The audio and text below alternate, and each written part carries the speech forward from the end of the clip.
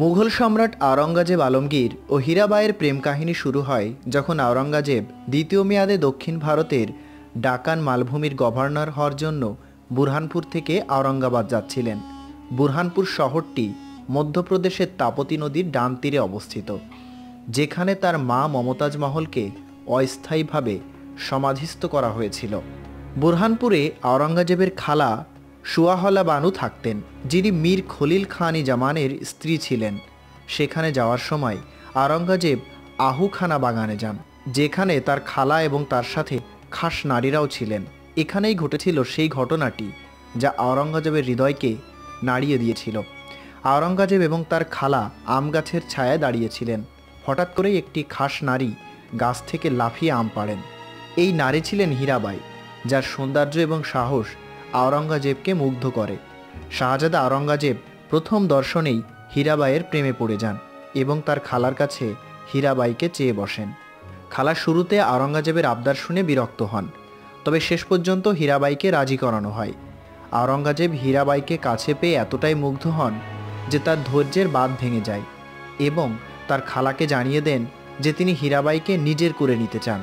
আওরঙ্গজেবের খালার সাপোর্টে হীরাবাইকে আওরঙ্গজেবের হারেমে নিয়ে যাওয়া হয় এবং তার নাম রাখা হয় জৈনাবাদী মহল। আওরঙ্গজেবের সাথে তার সম্পর্ক গভীরতর হয় এবং তিনি তার কাছে একমাত্র প্রেমিক হিসেবে পরিচিত হন।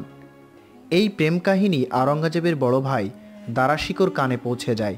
তিনি এই ঘটনা শাহজাহানের কাছে নালিশ করেন। দারাশিকো অভিযোগ করেন যে আওরঙ্গজেব তার ধর্মীয় নীতি থেকে বিচ্যুত হয়ে একজন খালার বাড়ির কাজের মেয়ের প্রেমে পড়েছেন। 1653 সালের নভেম্বর মাসে হীরাবাই দৌলতাবাদে আওরঙ্গজেবের সাথে 1 মাস কাটানোর পর 1654 সালে যৌবনেই মারা যান। তার মৃত্যু আওরঙ্গজেবকে গভীরভাবে ভেঙে ফেলে এবং তিনি শিকারে যাওয়ার সিদ্ধান্ত নেন। শিকার করতে যাওয়ার সময় তার অনুচর মীর আশকারি আকিল খান আওরঙ্গজেবকে সান্ত্বনা দেন এবং তার দুঃখের কারণ জানার চেষ্টা করেন। আওরঙ্গজেব ফার্সি ভাষায় কবিতা পাঠ করেন এবং জানান যে তার প্রেম ভাঙনের যন্ত্রণা কাটানোর জন্য তিনি শিকারে যাচ্ছেন। ইতালীয় পরিব্রাজক নিকোলা মানুচি লিখেছেন যে হীরাবাইয়ের মৃত্যুর পর আওরঙ্গজেব কিছু সময়ের জন্য প্রার্থনা ভুলে যান এবং নাচ গান নিয়েই দিন কাটাতে শুরু করেন। তবে পরবর্তীতে তিনি শপথ করেন যে তিনি কখনোই মদ পান করবেন না এবং গান শুনবেন না। আওরঙ্গজেব এবং হীরাবাইয়ের প্রেম কাহিনী প্রাচীন ভারতের প্রেমের ইতিহাসের এক বিশেষ অধ্যায়।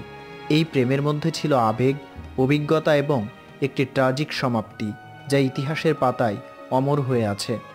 আওরঙ্গজেব এবং হীরাবাইয়ের প্রেমের গল্প আমাদের মনে করিয়ে দেয় যে প্রেমের কোনো ধর্ম, বর্ণ বা জাত নেই। এই গল্পটি ইতিহাসের একটি অংশ।